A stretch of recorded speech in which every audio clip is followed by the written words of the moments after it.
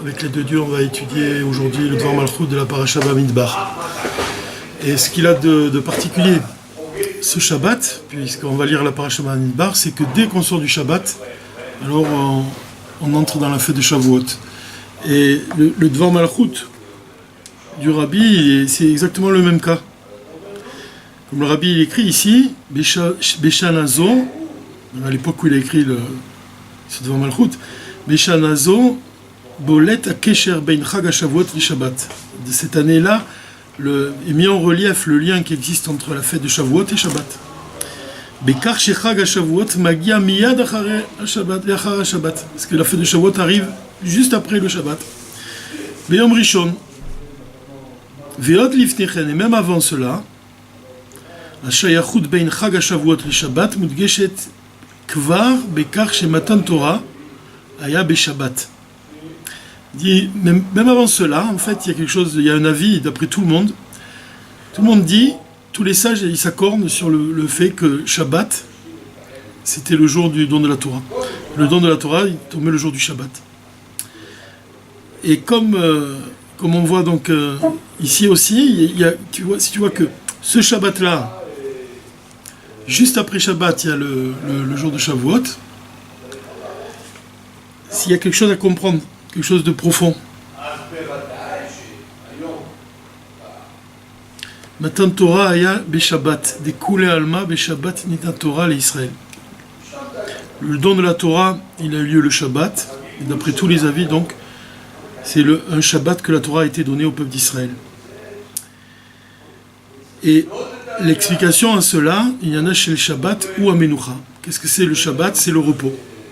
Yom Menucha, c'est le jour du repos. Et aussi tu vois que même le jour du don de la Torah, il a apporté le repos dans le monde. Aolam keshel atzmo nivra beofen shel shinui vetnua en mitzad kalut azman shinui amim avar ove ve'atid v'chen mitzad hashinuim apratim shel kol nivra sheover a tafuchot shonot.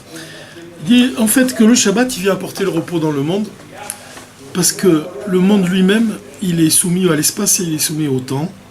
Et l'espace et le temps eux-mêmes, ils expriment des changements.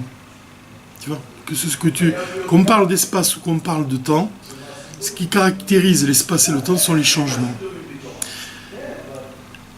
L'homme, il doit affronter, finalement, il doit affronter l'espace, il doit affronter le temps aussi. C'est-à-dire qu'il est soumis au temps. Il y a des changements, tu vois même dans comment l'homme il est amené à vieillir, jour après jour il vieillit. Et puis quand il passe d'un endroit à un autre endroit, quand il doit voyager d'un endroit à un autre endroit aussi, il se fatigue. Donc il est soumis à des changements, il est soumis à une épreuve constante. Alors que le jour du Shabbat, lui-même il représente le repos. Et là le Rabbi vient dire que le repos ça s'exprime aussi par le don de la Torah. La Torah, elle apporte le shalom au monde, elle apporte le repos au monde. Qu'est-ce que ça signifie le repos? C'est tout le sujet ici du Dvar Malchut. C'est-à-dire qu'il y a le repos physique et il y a le repos spirituel. Et le Shabbat, il représente donc un moment qui est au-delà du temps, et même presque au-delà de l'espace. Au-delà du temps, parce qu'on voit que tous les jours de la semaine, on compte Yom Rishon, Yom Sheni, lundi, mardi, mercredi, tous les jours de la semaine. Ça correspond en fait à un hébreu, on dit Yom Rishon, le premier jour, le deuxième jour, le troisième jour. Après arrive Shabbat, et après on revient à Yom Rishon, Yom Sheni, le premier jour, le deuxième jour. Mais ça veut dire quoi? Ça veut dire que le jour du Shabbat lui-même, il est au-delà du temps. C'est pas seulement au-delà du temps dans l'esprit matériel, c'est aussi dans l'esprit spirituel. C'est-à-dire que c'est un jour où le temps n'est pas le même. Chaque juif, il se situe au-delà du temps. Il y a une autre approche, il y a une autre perception de ce jour-là. Donc, le point essentiel déjà qu'on doit retenir ici, c'est d'expliquer que le jour du Shabbat, il correspond au repos, et le don de la Torah aussi correspond au repos.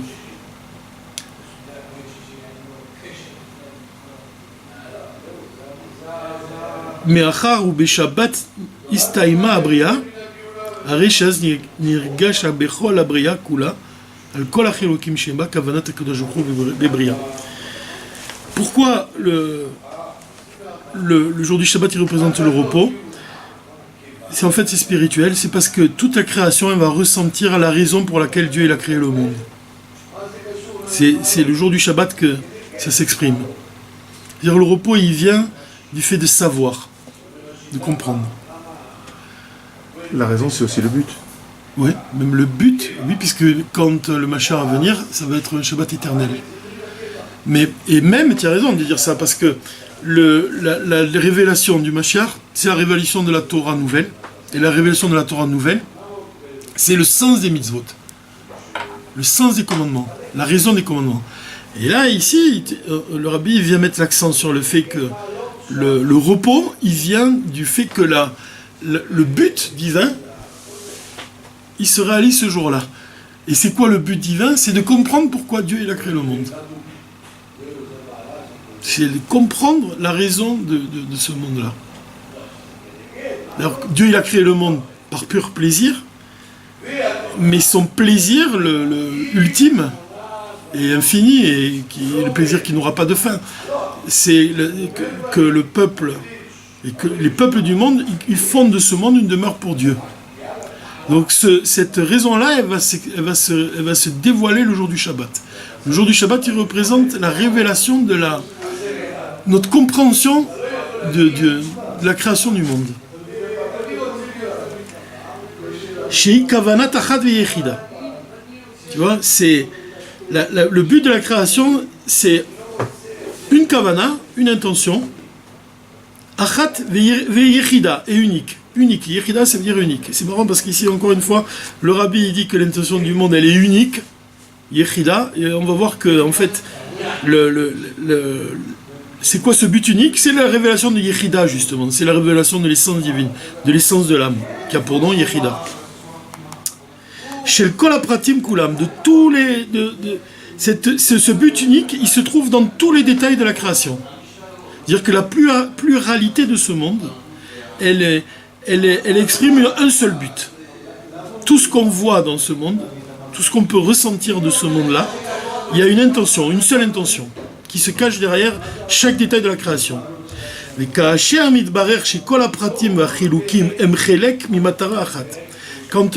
la chose elle se réalise devant nos yeux, elle devient compréhensible à nos sens, à notre compréhension, que tous les détails et toutes les différences sont une seule partie d'un seul but. Alors cette conscience, prise de conscience, elle apporte le repos dans le monde.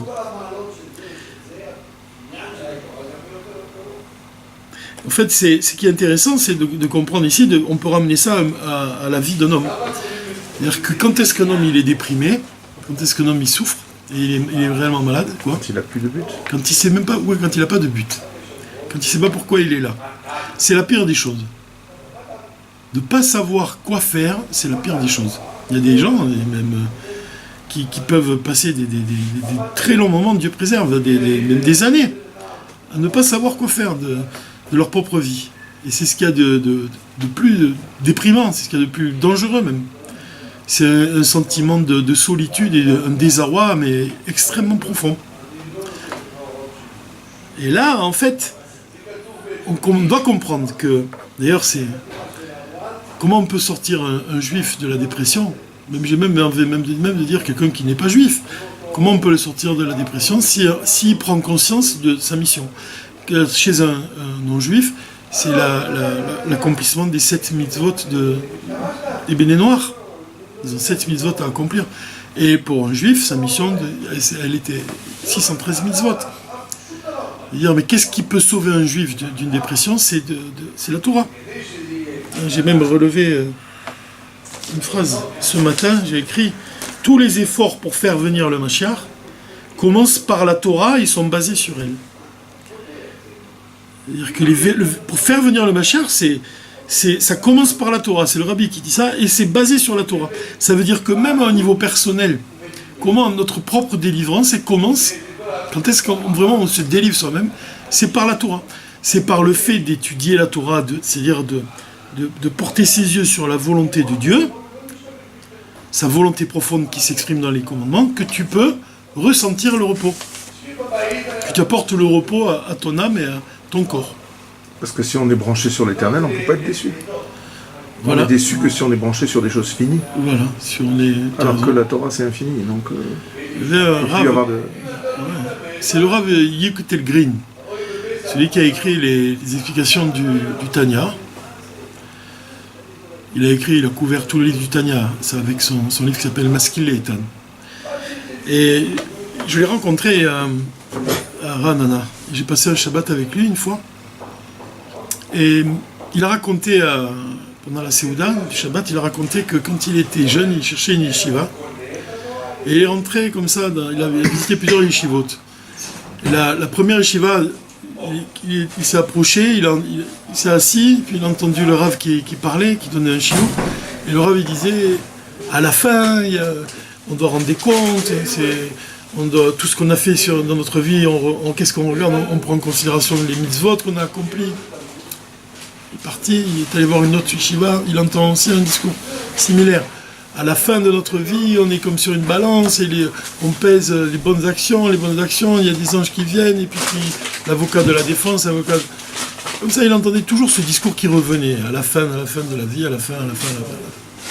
Et un jour, il est rentré dans une yeshiva Chabad, et il a entendu le Rav, la Mashpia, qui donnait cours, et puis il parle de Or Ein Sof, la lumière qui n'a pas de fin, Ein Sof, la lumière infinie de Dieu. Il a dit, c'est ici que je vais étudier.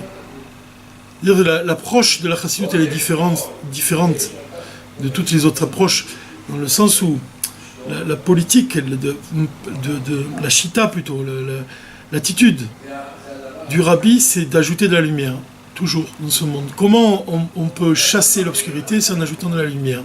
Donc, et là, ici, il s'agit en plus de Or Ein Sof, de la lumière qui n'a pas de fin. Il ne s'agit pas de faire peur à quelqu'un en lui faisant entrevoir la fin. Justement, il avait ce Rav-là, qui était jeune à l'époque, ça lui faisait peur. Et c'est normal, c'est humain. Il s'agit d'entrevoir l'infini. Et la connaissance, justement, c'est ça, la connaissance. Est-ce qu'on doit comprendre qu'à force d'agiter trop le spectre du Gehinnom, on empêche la lumière de rentrer? Oui, on est attiré par le mal, Dieu préserve. Le fait de... On doit toujours... ma grand-mère, elle avait toujours l'habitude de dire que quand il y avait un dépôt, je sais pas, dans un verre d'eau, il ne fallait pas remuer avec une cuillère, il fallait attendre, le laisser, et puis le dépôt il se déposait au fond du verre. Alors, le fait de remuer, ça fait allusion à ça. Quand on parle de choses qui sont négatives, on peut être, Dieu préserve, attiré par elles. Le repos de l'âme, le repos, en fait, c'est de parler de la délivrance. C'est ça qui peut apaiser l'âme. En fait, c'est compréhensible parce que la partie la plus profonde de notre âme, elle est attachée à Dieu, et le désir le plus profond qui est en nous, c'est celui du dévoilement de Dieu. Donc c'est de parler de ce dévoilement de Dieu, de parler de la délivrance, qui fait qu'on atteint la racine de notre âme, on atteint l'endroit où on est lié à Dieu, et en fait cet endroit-là, c'est l'endroit du plaisir, de notre plaisir le plus élevé. Donc le Shabbat, il est lié lui-même avec le repos, et on voit aussi le don de la Torah, il est lié avec le repos.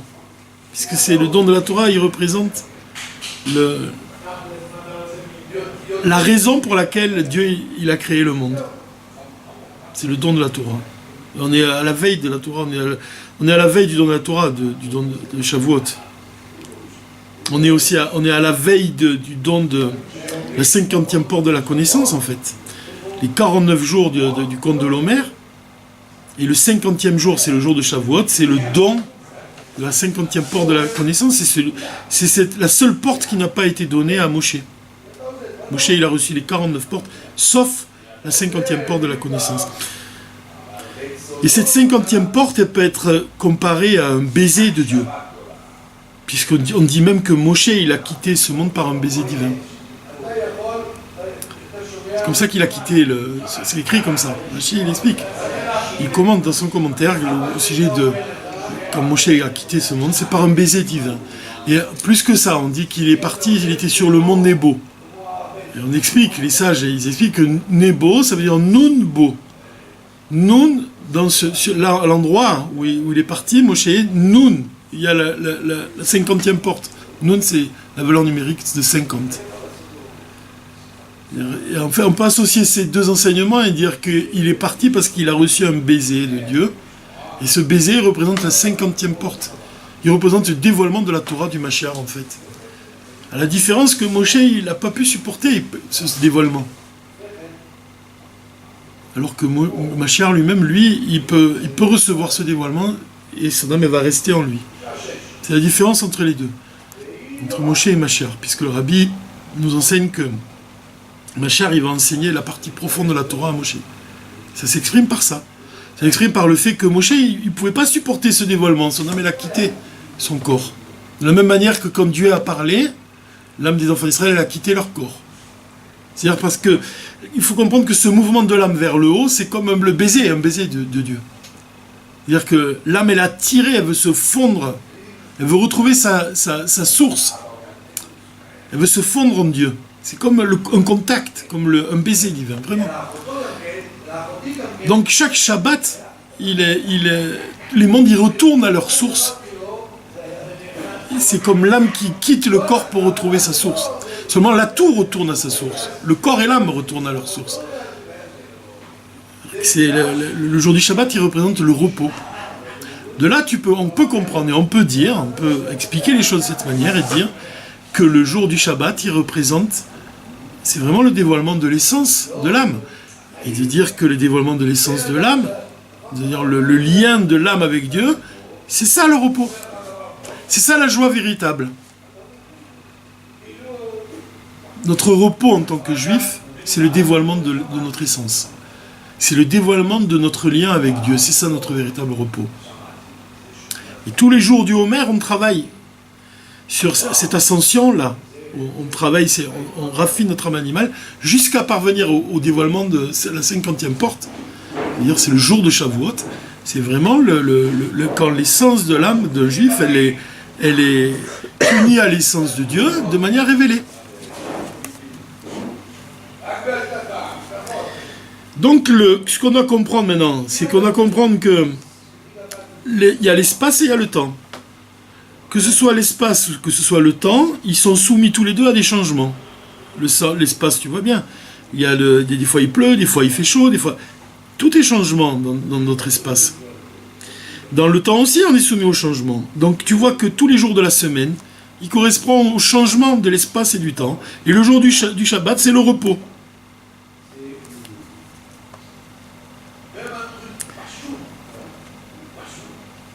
La menucha na'asit ka'asher mitgale beprate abriya kavanat abriya. Quand est-ce qu'on peut parler de repos? C'est quand se dévoile dans les détails de la création l'intention de Dieu. Ve'inyan ze na'aseh beShabbat. Et ça, donc, ça se réalise beShabbat, au jour du Shabbat. Ve'tachlit hashlemut beMatan Torah. Et la perfection de ce dévoilement, c'est à Matan Torah. Et là, notre année à nous, on voit que Shabbat et Matan Torah, ils sont liés l'un avec l'autre. Donc imagine, ça exprime encore plus. Déjà, le Shabbat en soi, c'est le repos. Matan Torah, c'est le repos aussi, puisque c'est le don de la Torah. Et il y a les deux qui sont unis l'un avec l'autre. Ka'asher titmale atachlit shelishma nivra olam. Matan Torah. Quand se dévoile la raison pour laquelle le monde a été créé, c'est le Matan Torah. Ve'azai niret begalouy. Donc on voit de manière révélée, ou Murgeshet Bechol Prate Olam, et on ressent dans tous les détails de ce monde, Ota Atachit, ce but-là, l'intention de Dieu. Zeu Matsav Shel Menucha, alors là on peut parler d'une situation de repos. C'est ça le repos. Et ici le Rabbi vient dire que quand un homme, Eino Margish, ne ressent pas la Et Kavana Ve'atachlit, Bechayav, il ne comprend pas le but de son existence. Az ou Bematsav Shel Choser Sheket Menucha. Alors il lui manque le silence, il lui manque la sérénité, la paix, le repos. Vedavka Kacher ou Chash et Atachlit, et c'est précisément quand il ressent le but pour lequel il a été créé. Ve'amatara, le but vraiment. Az Yeshlo Menuchat Nefesh Menuchat Aguf. C'est là qu'il peut connaître le repos de l'âme et le repos du corps. Ve'amenucha Shelo Mashpia, et ce repos-là, ça va influencer, ça va l'amener à un repos, même dans le monde entier. Même autour de lui, il va émaner de lui cette paix et ce rayonnement. Ce repos-là, il va toucher son entourage et le monde. C'est-à-dire qu'il y a des choses qu'on ne peut pas acheter. Le repos, c'est pas quelque chose qui s'achète, c'est pas quelque chose qu'on peut prescrire sur une ordonnance même. Pas seulement en tout cas. Le repos véritable, c'est le fait de se lier à Dieu tout le temps. Et de se lier à Dieu, ça implique de se lier au Moshe Rabbeinu de la génération. C'est comme ça qu'on peut connaître le repos. À tel point même que Dieu lui-même, il dit que si tu t'attaches à mes lois, si tu t'attaches, comme on a vu, Parashat Bechukotai, alors je te débarrasserai du joug matériel. Tu vois, le fait de vraiment comme le roi David il dit, je préfère être dans ta main que dans la main de l'homme. Parce que quand on se met on donne sa vie à Dieu, on fait don de son existence à Dieu, alors Dieu il te décharge de tous les problèmes matériels. Il te décharge de tous tes problèmes même. Si tu acceptes, tu prends sur toi le joug divin, alors c'est là que tu peux ressentir la liberté vraiment. C'est comme quand on voit que les lettres qui sont gravées dans les tables, elles portaient le poids des tables. C'est comme Moshe portait les tables dans sa main, il faisait pas d'effort. Parce que le poids des tables, il était supporté par les lettres divines qui étaient gravées à l'intérieur. Mais quand il s'est approché du camp, et la présence divine elle a quitté les tables, alors il n'y a plus rien qui supportait le poids des tables et il les a brisées à ce moment-là. Et ça signifie que si tu graves le divin en toi-même, alors tu vas être léger toi-même, tu vas être porté par le divin. C'est ce que dit, il sous-entend ça, le Morazaka dans l'Etania, il te dit que quelqu'un qui a des mauvaises pensées, c'est-à-dire qui est toujours la proie de son mauvais penchant, alors il est lourd. Le poids du mauvais penchant, il doit le supporter. Alors que s'il a des bonnes pensées, s'il est attaché vraiment à la Torah, aux paroles de Dieu, alors il est léger, il est alerte. Le spirituel, il a le pouvoir de nous soutenir. C'est-à-dire que c'est pas seulement moral, c'est aussi physique. Et ça, même le roi Salomon, il le dit. Rosh Hashanah, il le dit dans ses proverbes aussi. L'importance de la joie, véritable, le repos véritable. C'est l'attachement à la Torah. Mais il peut pas y avoir, de même pour la joie, il ne peut pas y avoir de joie pour des choses futiles. C'est pas une véritable joie.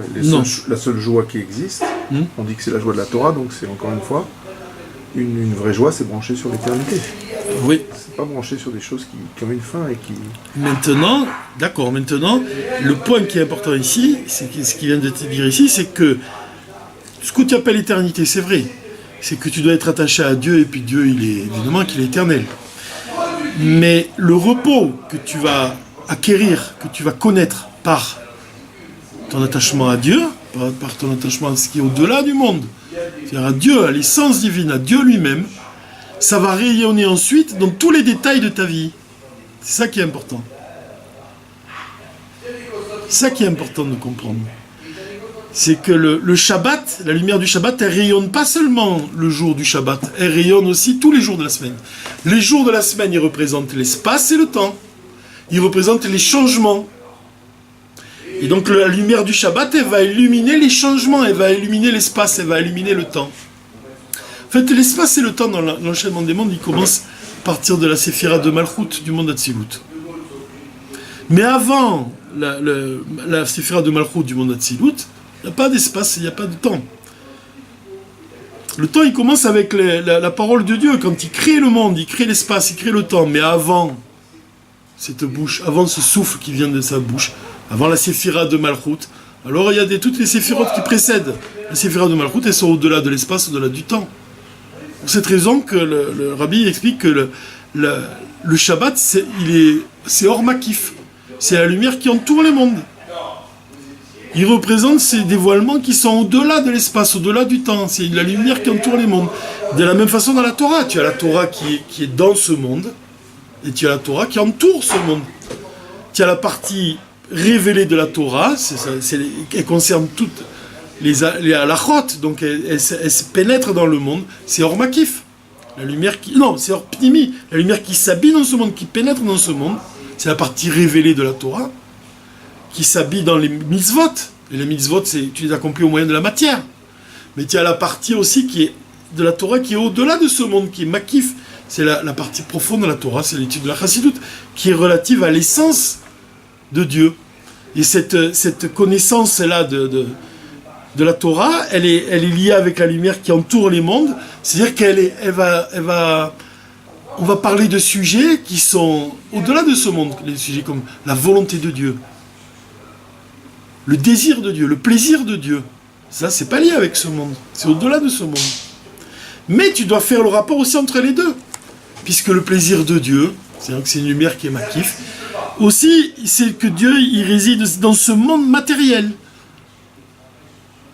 Donc, d'un côté, tu étudies les halachot, tu comprends ce monde matériel, tu comprends la volonté de Dieu qui s'exprime dans ce monde matériel. D'un autre côté, tu étudies cette partie de la Torah qui est au-delà de ce monde et qui concerne des choses qui sont au-delà de ce monde, vraiment au-delà de ce monde. Mais malgré tout, tu dois faire le lien entre les deux. Parce qu'il y a un lien entre les deux. Tu vois, c'est l'union entre les deux qui nous intéresse.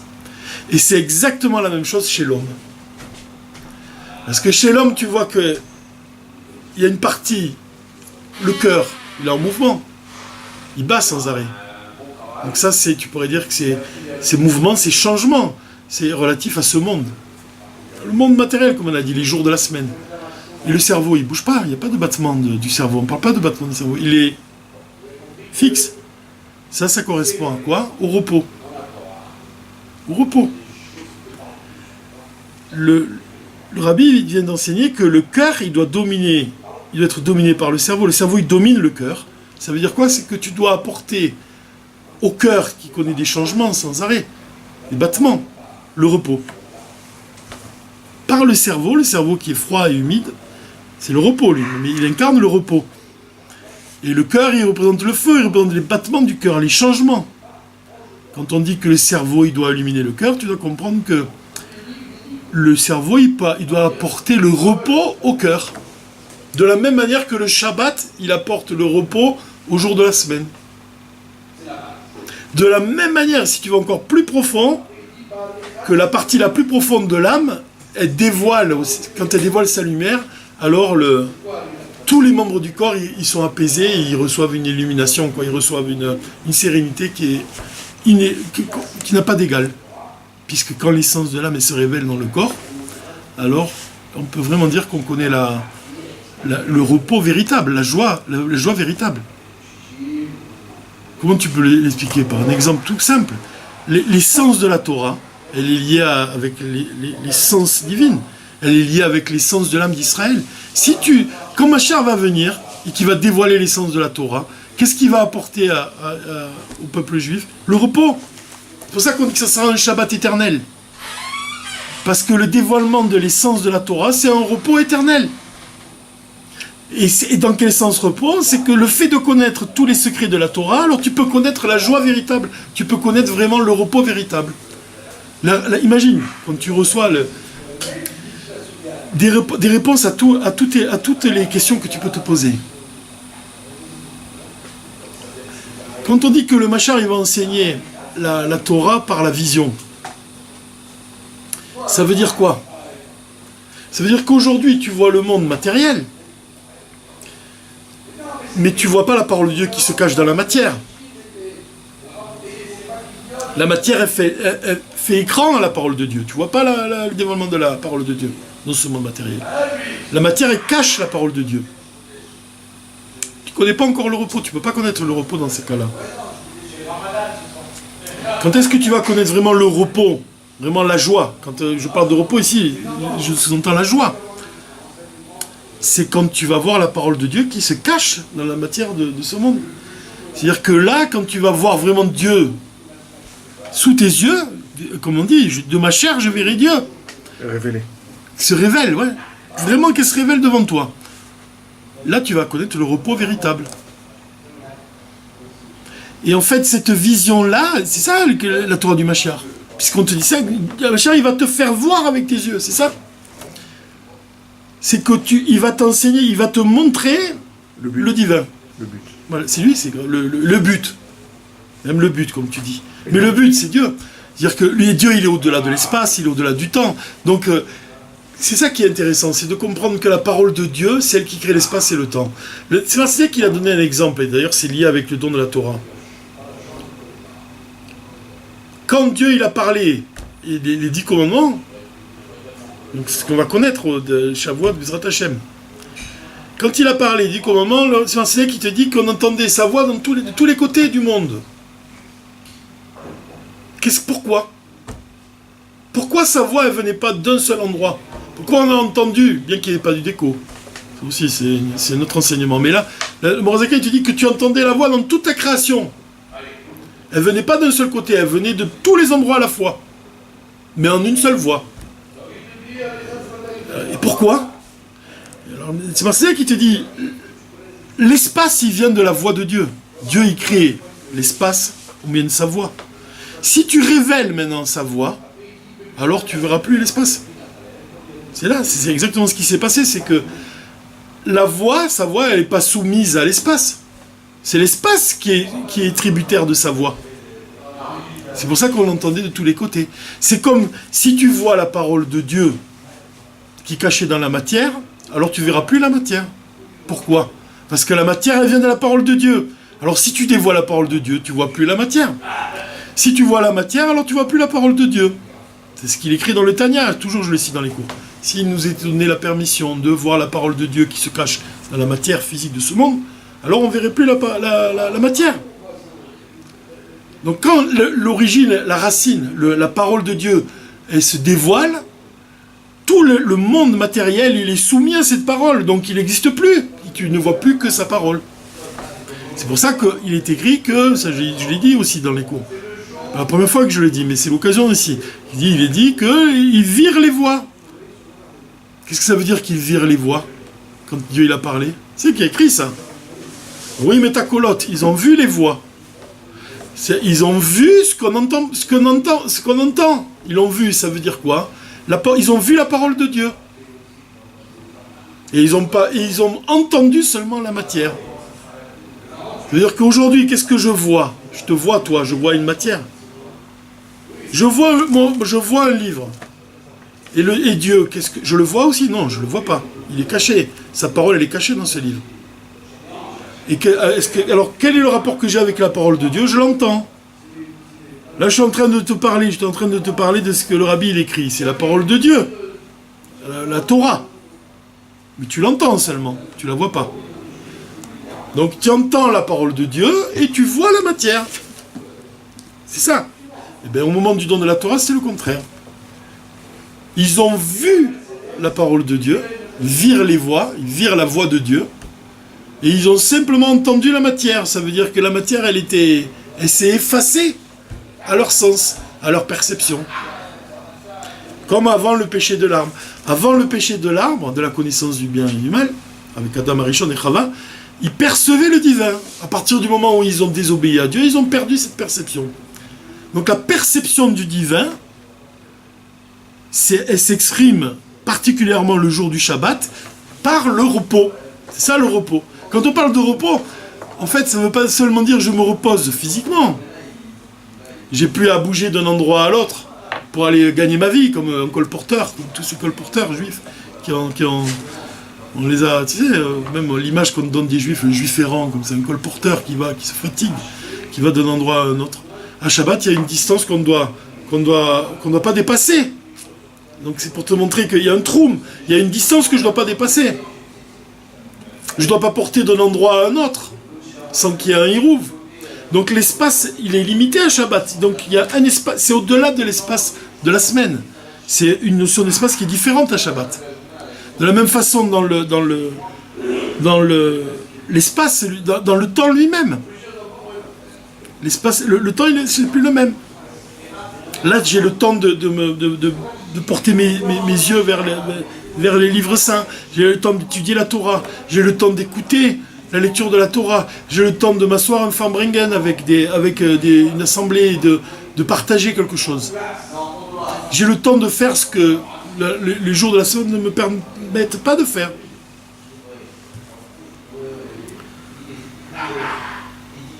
Alors ce principe-là, on le voit même dans notre service divin.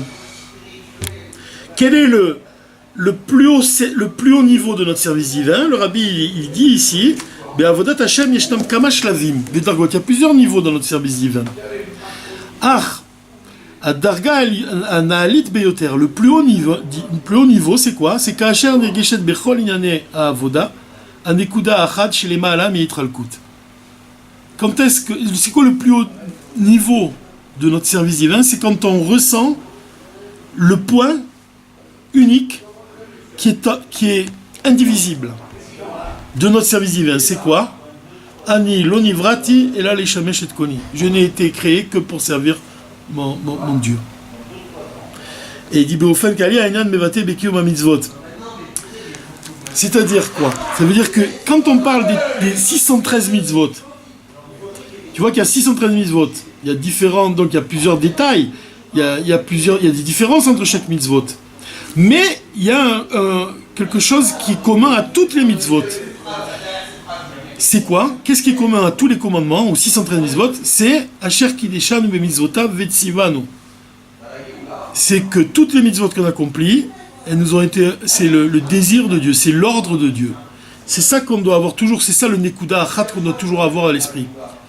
Tu comprends, quand on parle que le Shabbat c'est le point qui illumine les jours de la semaine, on voit ici que la Torah aussi c'est le point qui illumine tous les jours de notre vie, et que tout ce qui réunit le point commun de toutes les mitzvot, c'est un seul point. J'ai été créé pour servir Dieu, et toutes les mitzvot qu'il a données, c'est un ordre de lui.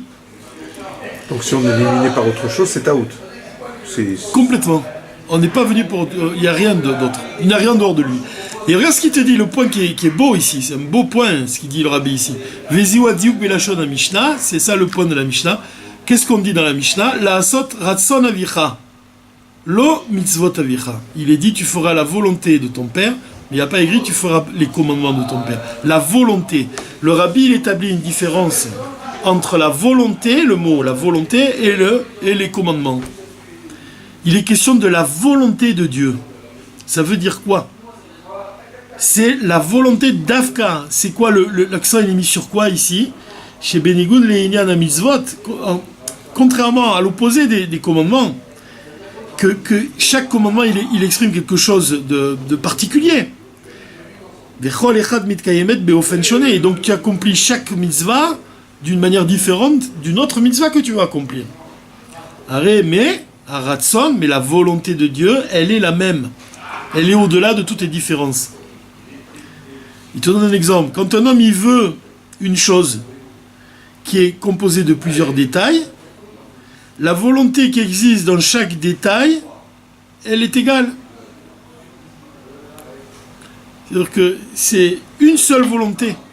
C'est toujours la même volonté qui s'exprime dans chaque détail de ce qui compose l'objet de ton désir. Et même quand un homme il veut beaucoup de choses, alors cette volonté pour chaque chose, elle est exactement la même pour une chose pour une autre. Il n'y a pas une volonté particulière pour une des choses en particulier.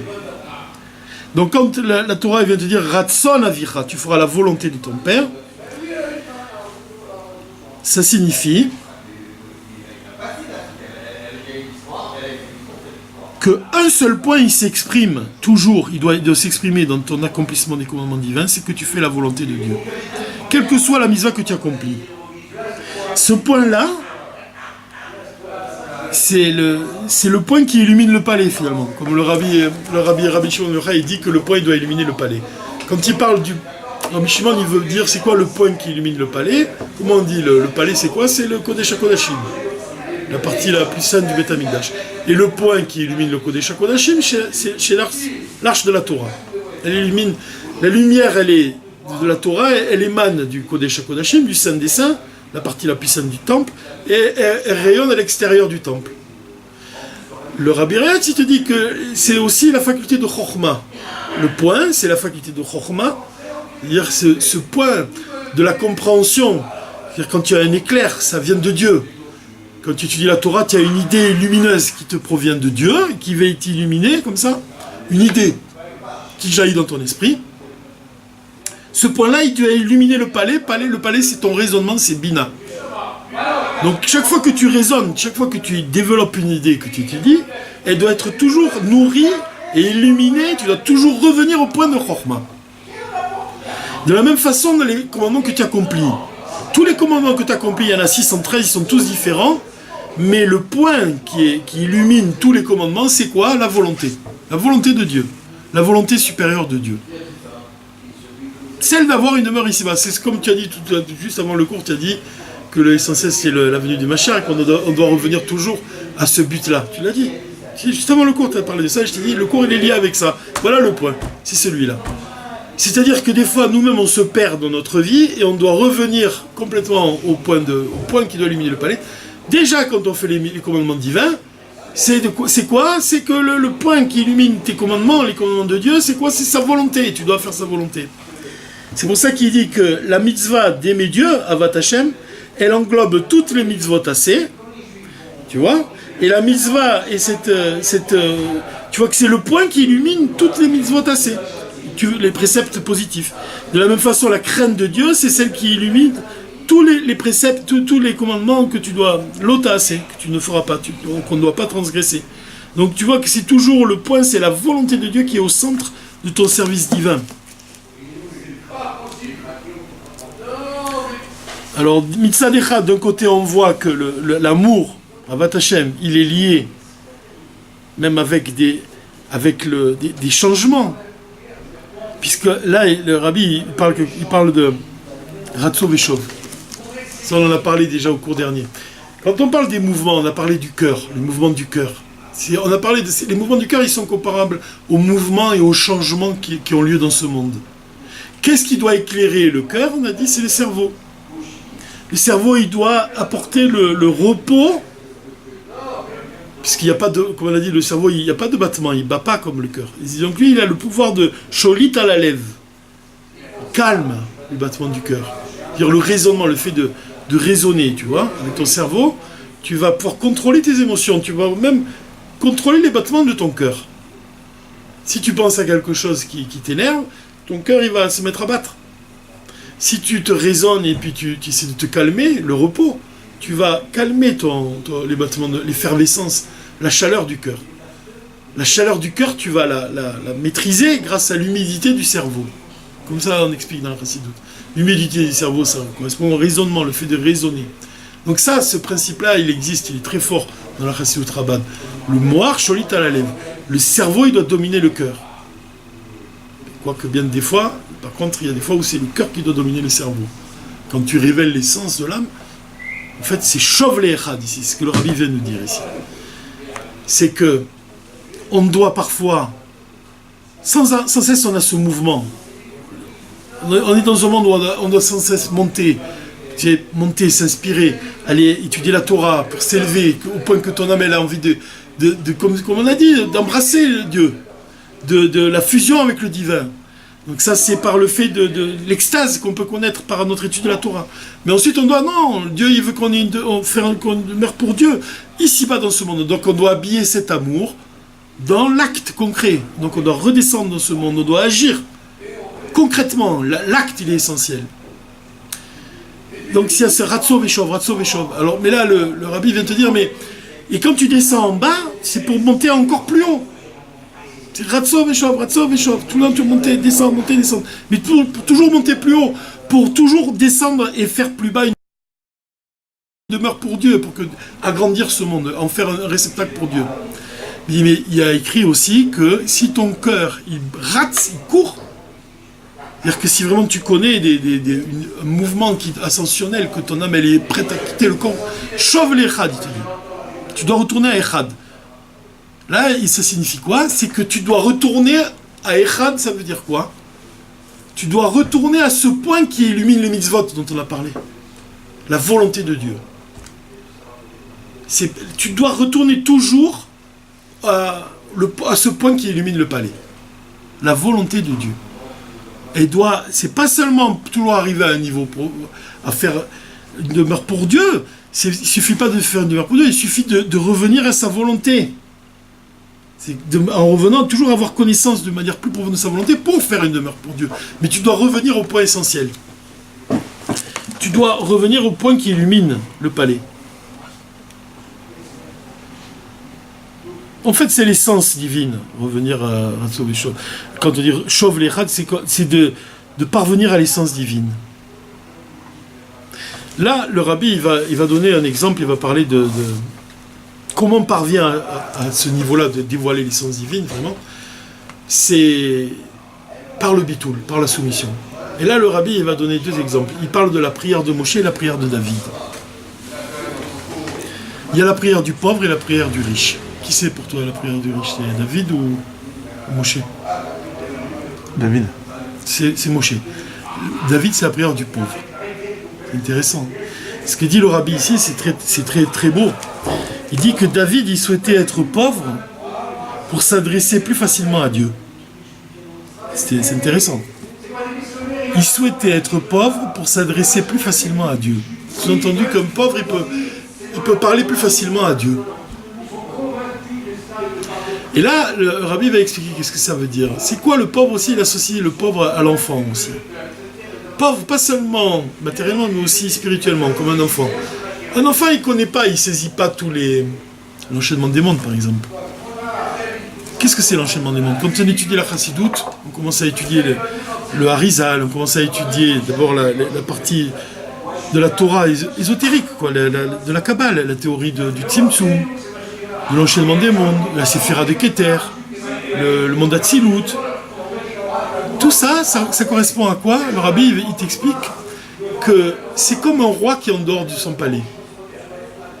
Un roi qui est en dehors de son palais et qui marche avec ses serviteurs qui l'entourent, avec son or, son argent qui sont apparents, tout ça, ça correspond à l'enchaînement des mondes. C'est-à-dire la connaissance des séphirotes. L'or, ça correspond à l'amour de Dieu. L'argent, à la crainte de Dieu. Le roi, avec ses beaux vêtements, les vêtements, ça correspond aux séphirotes. Ses serviteurs, ce sont les séphirotes aussi. Puisque l'enchaînement des mondes, il représente, si tu veux, toute la parure dont se vêtit Dieu.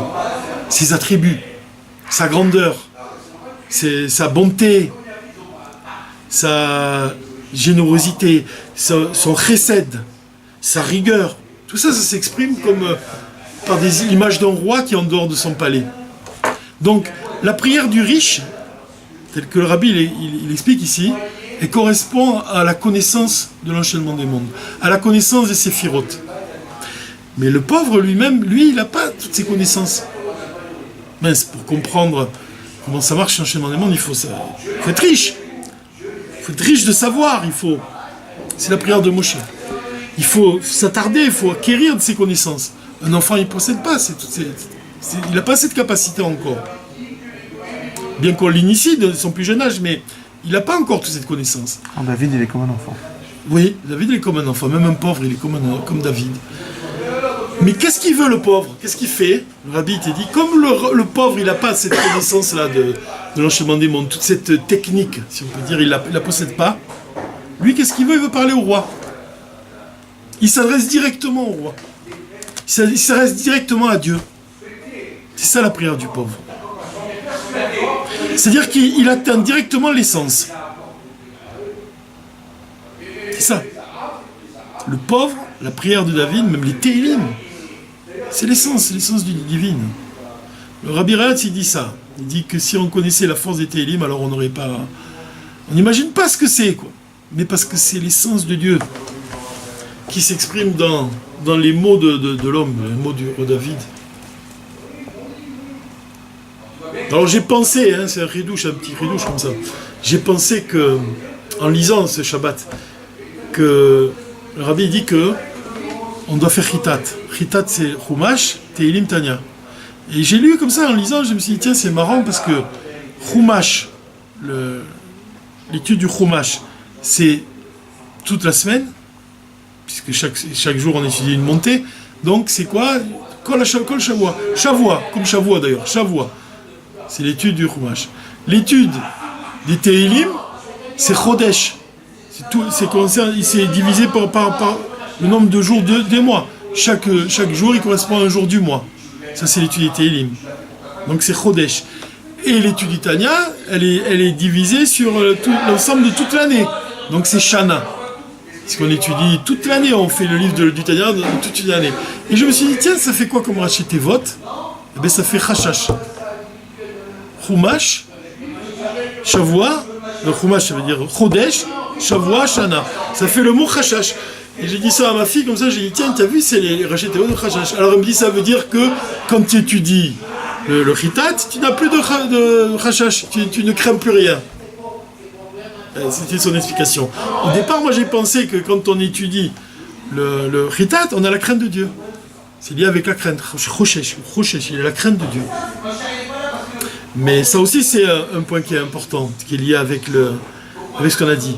C'est que la prière du pauvre, le fait de connaître ce bitoul-là, cette soumission-là, le fait d'être vraiment de se soumettre à Dieu, comme un pauvre, il se soumet à Dieu. Il n'a rien. La seule chose qu'il désire, c'est parler avec Dieu. C'est sa seule richesse. C'est énorme, il n'y a pas mieux. Mais c'est par le bitoul, c'est ça le point que le rabbi dit, ici, qui donne ici le point principal, c'est par le bitoul que tu parviens à l'essence. C'est par la soumission que tu atteins l'essence. Alors que si tu t'attaches aux détails, tu t'attaches à l'extérieur, même si c'est des niveaux supérieurs, c'est pas l'essence. C'est la prière du riche. La prière du pauvre, Tefila Léani, la prière de David, c'est directement, on s'attache à l'essence. On atteint l'essence. Donc l'enseignement, en fait, essentiel, on va s'arrêter là, parce qu'on arrive, de toute façon, Bizrat Hashem, on continuera à étudier ces sujets-là avec l'aide de Dieu. Mais le point ici, que peut-être, juste avant Shavuot, qu'il est bon de dégager ce point-là, le rabbi dit encore beaucoup de choses. Ce point-là, c'est qu'on parvient à dévoiler les plus hauts niveaux, on parvient à parler avec Dieu, c'est la soumission, c'est le bitou. Et c'est cette soumission-là, en fait, on révèle l'essence de Dieu, et quand on révèle l'essence de Dieu, finalement, tu peux dire que le point qui illumine le palais, finalement c'est ça. Le point, c'est l'essence de Dieu. Qui illumine le palais, c'est ce monde, le monde dans lequel on vit. C'est-à-dire, le point, il doit illuminer le palais, ça veut dire qu'on doit dévoiler l'essence dans ce monde. Et le don de la Torah, puisque on arrive à Shavuot, il représente le don de la partie révélée de la Torah. Et je me suis posé la question comme ça, je me suis dit, mais la Torah, on l'a reçue le Shabbat, là, d'après ce que tous les sages disent qu'elle a reçu le Shabbat. Je me souviens qu'une fois, j'ai voulu faire un cadeau à mon Rav, et je lui ai donné, le jour du Shabbat, je lui ai fait cadeau d'un livre. Et à la fin du Shabbat, il m'a retendu le livre, il m'a dit, tiens, tu peux me le donner maintenant, parce qu'il n'y a pas de kinyan à Shabbat. Et je me suis posé la question, j'ai demandé à un Rav, cette semaine, je suis allé le voir, j'ai dit, mais pourquoi, s'il n'y a pas de kinyan à Shabbat, comment c'est qu'on a reçu la Torah? Alors il m'a dit que quand on donne un cadeau et qu'on en a l'utilité, à Shabbat on peut l'utiliser même sans avoir besoin de faire un kinyan.